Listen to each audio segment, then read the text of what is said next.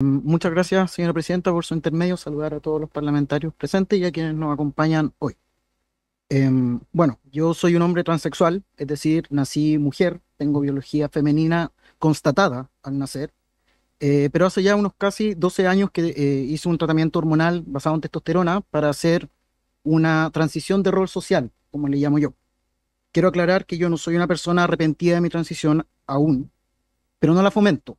Tampoco busco prohibirla siempre y cuando se entiendan los riesgos reales del tema y haya alineamientos claros.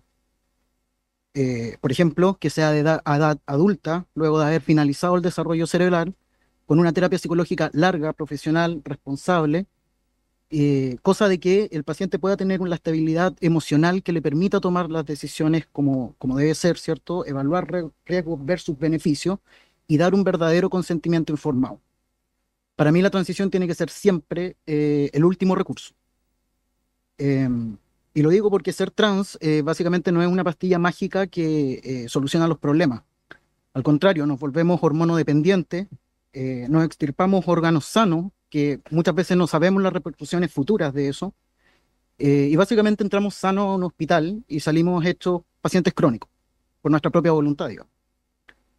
Cosas tan simples, por ejemplo, como cambiarse de ciudad o irse a un país a estudiar, por ejemplo, se complejiza porque hay que calcular cuántas hormonas llevarse, dónde obtenerlas, quién me va a tratar allá, cómo las voy a financiar. Por lo tanto, también asumimos riesgos médicos que no se nos aclaran del todo.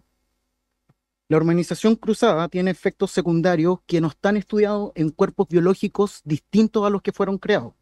Porque una cosa, por ejemplo, es usar la testosterona en hombres que tienen un desarrollo hormonal bajo, pero otra cosa es utilizarlo en cuerpos donde tiene que haber un nivel bajo de testosterona. Y de hecho, de ser altos, como en el síndrome ovario poliquístico, aumenta riesgos de padecer enfermedades como resistencia a la insulina, diabetes, hipertensión arterial, colesterol alto, entre algunas otras cosas. Yo en lo personal sufro de taquicardia, sufro de insomnio constante, ya estoy con suplementos de calcio por temas óseos, sufro de fuertes sofocos, que es un calor constante con sudoración que llega a picar el cuerpo completo. Y hoy, a mis 41 años, después de estos 12 años de transición, más 2 años de terapia psicológica previa, recién hoy le estoy tomando el peso que me voy a morir joven, que es algo que no le dicen a los niños cuando inician. Le tomo el peso cuando veo a una amiga, por ejemplo, desarrollar una trombosis por una operación genital a la cual nadie ayudó y el activismo la hizo callar porque podían cerrar el programa. Le tomo el peso cuando veo entrar y salir a conocidos trans de hospitales, nadie quiere investigar por qué, nadie sabe nada. Le tomo el peso cuando veo a mi mejor amigo pasar por crisis psicológicas. Perdón, de verdad no quería emocionarme. Pasar por crisis psicológicas fuertes y vivir con jaquecas constantes que dos aspirinas no solucionan. Son a veces invalidantes.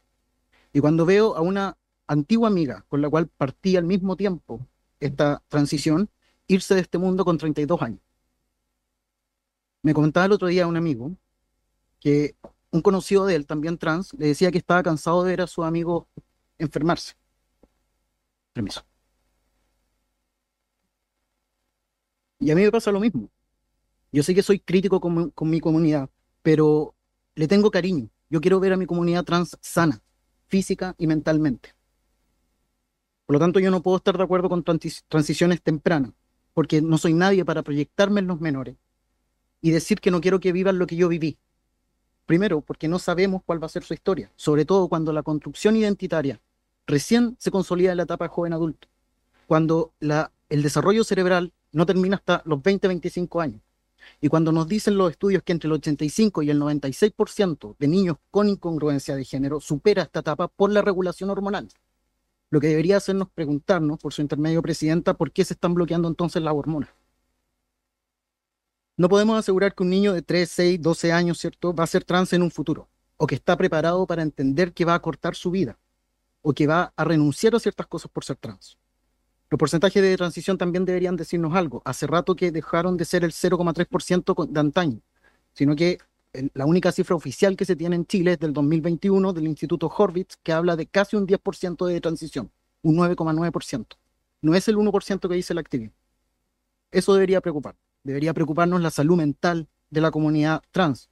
toda la literatura científica nos habla de comorbilidades psiquiátricas presentes en la comunidad, que van desde trastornos de ansiedad, depresión, trastorno de estrés postraumático, TOC, trastorno de personalidad, identidad disociativo, incluso esquizofrenia, entre muchos otros más. Entonces mi pregunta es, ¿en serio, para eliminar la estigmatización social vamos a sacrificar nuestra salud mental? ¿Vamos a sacrificar nuestra salud física? Y yo no digo que la transexualidad sea un trastorno, es una condición, lo sé, pero estoy claro que esa condición es consecuencia de algún trastorno. Y eso es lo que yo invito a tratar desde ahora. Por lo tanto, yo no quiero que los niños vivan lo que yo vivo hoy. Y no con un afán victimista, ni tampoco puedo ver el futuro de ellos, pero lo que sí sé es que los medicamentos siguen siendo los mismos, las operaciones siguen siendo las mismas, y por tanto los riesgos también. Yo sufrí una necrosis de mis pezones, los perdí con la mastectomía. Todas las semanas las enfermeras tenían que entrar, literal en buen chileno, a picar y sacarme el tejido muerto con la esperanza de que fuera sanando. De hecho, yo al tacto se nota las hendiduras que tengo.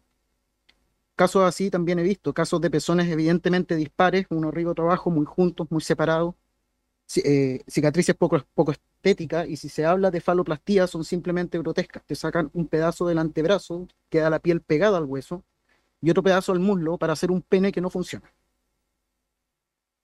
que solo sirve para ir al baño. Dolores crónicos mandibulares, por ejemplo, después de una operación de feminización facial, problemas para orinar, de higiene, después de operaciones genitales, e incluso hay casos de mujeres trans que son internacionales, esto sí, que yo sepa, no hay ninguno acá en Chile, pero de mujeres trans que quedaron defecando por una sonda, porque una colobaginoplastía salió mal, que es cuando no se tiene la suficiente piel para hacer la vagina de forma de inversión peniana, entonces se hace con una sección del intestino grueso. Y perdón lo gráfico y la crudeza de mi relato, señora presidenta, pero entenderán que yo no voy a fomentar eso en menores de edad. Los niños deben explorar y conocerse para autoconocerse, más no etiquetarse, mucho menos influenciados y afirmados por terceros. Un niño puede ser femenino y una niña masculina, y eso no los hace trans, no los hace ni siquiera género conforme, los hace únicos e irrepetibles, que si se paran desde esa, desde esa, se me fue la palabra, perdón, desde esa vereda, gracias, diputada, por su intermedio, presidenta, que si se paran desde esa vereda pueden lucir como nadie. Los invito a conocer también la historia de Samuel Mariño, un sopranista venezolano que es brillante dentro de su forma de ser. Em, por lo tanto, y ligándolo un poco al programa de atención de la identidad de género, yo creo que no basta con quedarse con el eslogan de que no contempla la hormonización ni la cirugía, porque sí hay un fomento a la transición, y es la transición social, que esa sí se puede hacer desde los 3 años. Y no me refiero a un simple cambio de look, porque eso lo hacemos todos, cortarnos el pelo, dejarnos el pelo largo, ¿cierto? Los escoceses usan falda. Yo me refiero al cambio de nombre y pronombre, porque eso es repetirle constantemente todos los días al menor que es del sexo opuesto.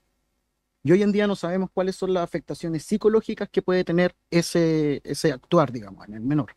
Lo que sí sabemos, y dicen algunos expertos, es que la transición social en ningún caso es un acto neutral. Y a mi juicio es un camino directo a la hormonización.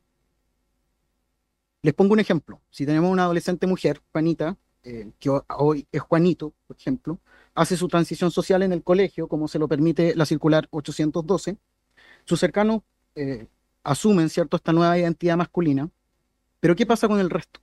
Recordemos que los seres humanos, naturalmente, percibimos la realidad por los sentidos, y el 80% de esa información entra por la vista. Entonces, que es algo súper común. De hecho, a todos nosotros nos pasa cuando iniciamos el dilema joven señorita que le llamo yo. De ahí la importancia de estar psicológicamente preparado. Ahora, ¿qué pasa si Juanita no lo está como la mayoría de los adolescentes hoy en día? Es una adolescente vulnerable, con problemas de autoestima, con cuadros ansiosos, depresivos, lo más probable con algún trastorno psicológico asociado. ¿Qué va a pasar cuando se compre ropa, por ejemplo, y la vendedora la trate de señorita? Se va a activar inmediatamente su ansiedad, sus inseguridades, sus temores, y en ese preciso momento, hormonarse va a ser su prioridad. Va a ser lo único que va a buscar. Por eso, para mí, la transición social es una cinta transportadora que lleva al menor directamente a la modificación corporal. Y se los digo yo porque estuve ahí, siendo adulto, a los 27, 28 años, Llegué a terapia con una ansiedad por las nubes, lo único que quería era hormonarme, con un cuadro depresivo, yo lloraba en todas las sesiones. Y si un adulto llega en esas condiciones, ¿qué esperamos para un adolescente? Entonces, para ir cerrando por su intermedio, Presidenta, quisiera invitar a la prudencia, a reflexionar con altura de mira sobre la salud y no desde el activismo político. Más salud mental, menos hormonas, más espera vigilante, más enfoque exploratorio, menos enfoque afirmativo y menos tratamientos experimentales, sobre todo con menores de edad. Muchas gracias.